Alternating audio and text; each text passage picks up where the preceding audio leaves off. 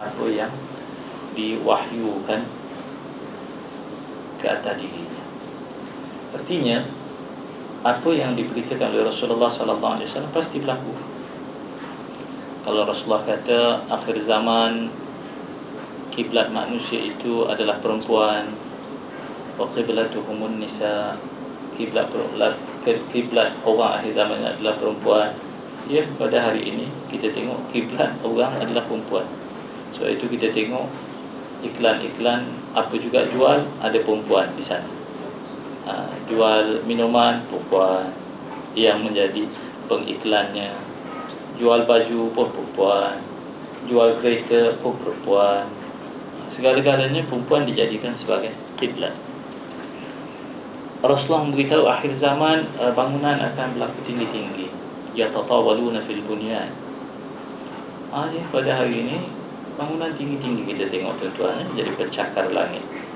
Bukan sekadar di Malaysia, bahkan di tempat di mana Rasulullah sallallahu alaihi wasallam menyebarkan Islam, pada hari ini juga bangunan tinggi-tinggi belaka, berpuluh-puluh tingkat, bahkan ada yang mencecah ratusan tingkat.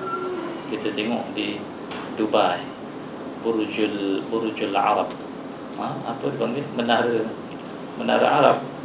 Itu di antara bangunan tertinggi dan hotel tercanggih, hotel termahal di dunia dan sebagainya. Rasulullah sallallahu alaihi wasallam memberitahu lagi di akhir zaman perempuan-perempuan kasiat ariyat, berpakaian tapi bogel. Ya, ini rata-rata kita tengok perempuan berpakaian tapi bogel, tidak berpakaian secara menutup aurat sebagaimana yang dianjurkan oleh Islam. Hatta orang-orang Islam sendiri kasiat ariyat, berpakaian tapi kalau dilihat seperti mereka itu bogel dalam berpakaian. Dan banyak lagi. Di antaranya Rasulullah juga menyatakan akhir zaman ubadun juhalun, ahli ibadah tapi jahil-jahil belaka. Semayang tapi tak tahu bagaimana semayang itu didirikan dengan betul. Orang semayang, dia semayang. Orang angkat takbir, dia angkat takbir. Orang rukuk, dia rukuk. Tapi rukuk itu betul ataupun tidak, tak tahu lagi. Sebab itu kita tengok orang rukuk, dia berrukuk, tapi kita tengok di masjid macam-macam pesen orang rukuk, dan macam-macam pesen orang sujud, dan macam-macam pesen orang mengangkat takbiratul ihram, dan macam-macam pesen orang meletak tangan di dada, di pusat, di bawah pusat. Hak mana satu hak betul? Orang sujud, dia sujud. Orang pacak kaki, dia lepaskan kaki. Itu ramai. Orang berdiri, dia berdiri. Orang berdiri ada sejengkal, ada dua jengkal, ada terkangkang, macam-macam. Kalau orang perempuan, ada yang pakai telekung, ada yang tak pakai telekung, ada yang rambut keluar, ada yang rambut tak keluar. Ada orang perempuan sekarang semayang macam lelaki pun ada juga. Orang perempuan yang semayang merapatkan lengan dengan dadanya, ataupun dengan badan, dengan lambungnya. Yang sekarang ni terkangkang, perempuan semayang begini pun ada juga. Jadi subhanallah, Rasulullah mengatakan akhir zaman ubadun juhalun, banyak ahli ibadah jahil. Orang pergi haji, dia pergi haji. Orang pergi haji dapat pahala haji, dia pergi haji tak dapat pahala haji. Sebab apa? Dia tak tahu mengerjakan haji dengan betul. Dia tidak tahu tawaf dengan betul. Terutama kadang setengah orang kaya tu, dia tak mau pun belajar. Dia kata, sana ada mutawif, apa susah? Ikut je lah. Iyalah, hak pusing tu dia bolehlah ikut mutawif.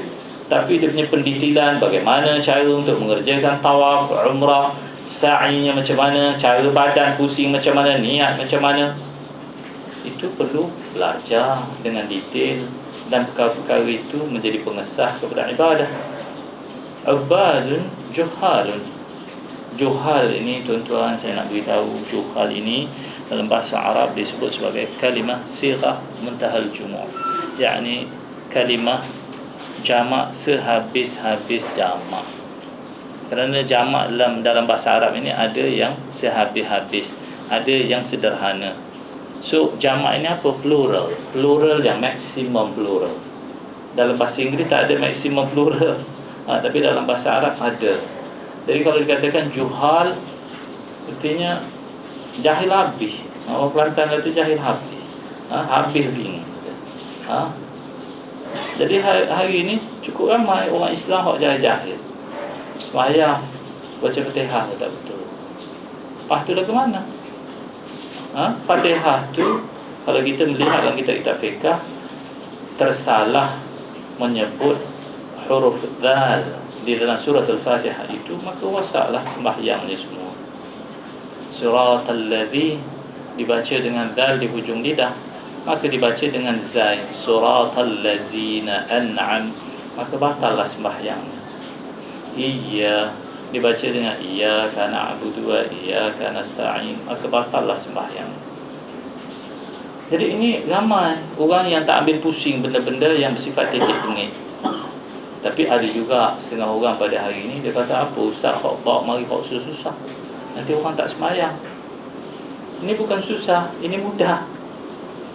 Hak susah tu pasal dia tak nak mengaji. Kalau dia mengaji tak susah. Fatihah itu mudah. Anak-anak yang kecil pun boleh membaca Fatihah dengan betul sekiranya dia belajar. Tapi ini ada mari hak set-set yang tak mau susah-susah. Dia kata ustaz suruh macam ni susah lah, orang tak sembahyang lah. Tak mau sembahyang kalau lagu ni. Ini masalah. Dan Rasulullah SAW mengatakan ubadun juhalun wa ulama'un fusa. Ada orang alim tapi fasik-fasik belaka. Jadi tuan-tuan sidang jamaah yang dikasihi sekalian, inilah fenomena akhir zaman di mana Rasulullah SAW menyatakan apa yang dinyatakan pasti berlaku. Nabi kata akan berpecah umatku kepada 73 firqah. Ia pecah pada hari ini. 73 firqah ini ada.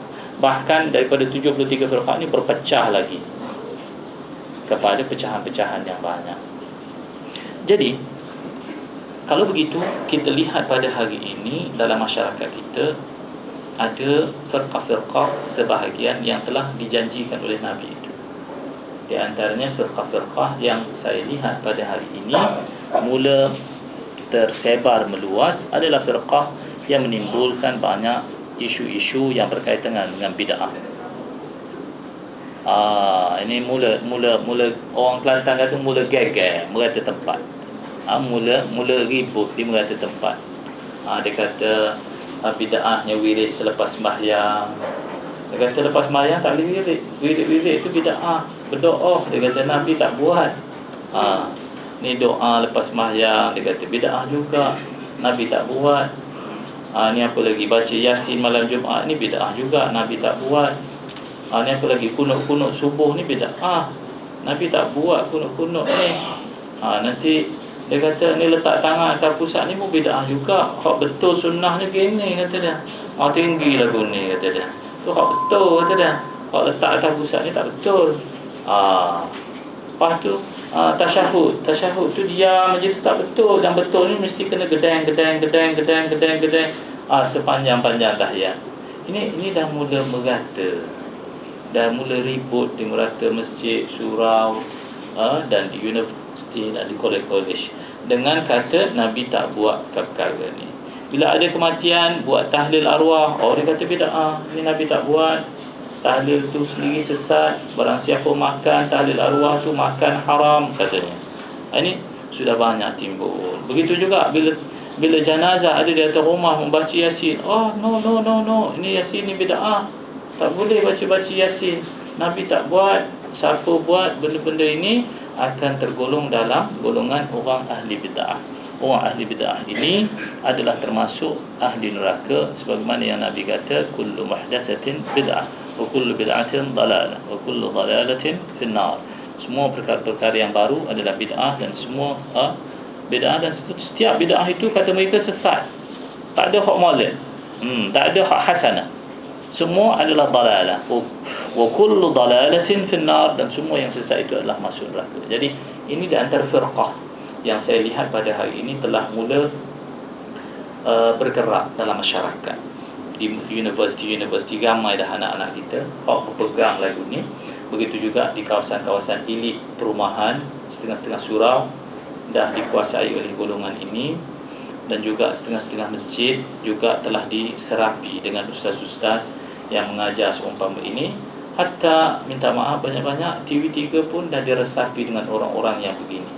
Kalau tuan-tuan pernah tengok sembahyang Nabi dekat TV3 Al-Kulliyah itu, inilah dia sembahyang yang bertentangan dengan mazhab yang menjadi pegangan oleh masyarakat Islam di negara ini. Jadi saya tak mau cerita panjang, saya nak beri laluan kepada tuan-tuan untuk bertanya. Sebab tak ramai orang ni. Kalau saya bercakap banyak-banyak, takut pakak ngantuk.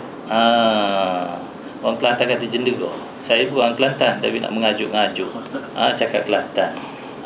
Jadi saya nak beri peluang kepada tuan-tuan dan juga perempuan yang di belakang untuk bertanya. Yang saya rasa topik yang saya buka ini banyak persoalan yang ingin diajukan.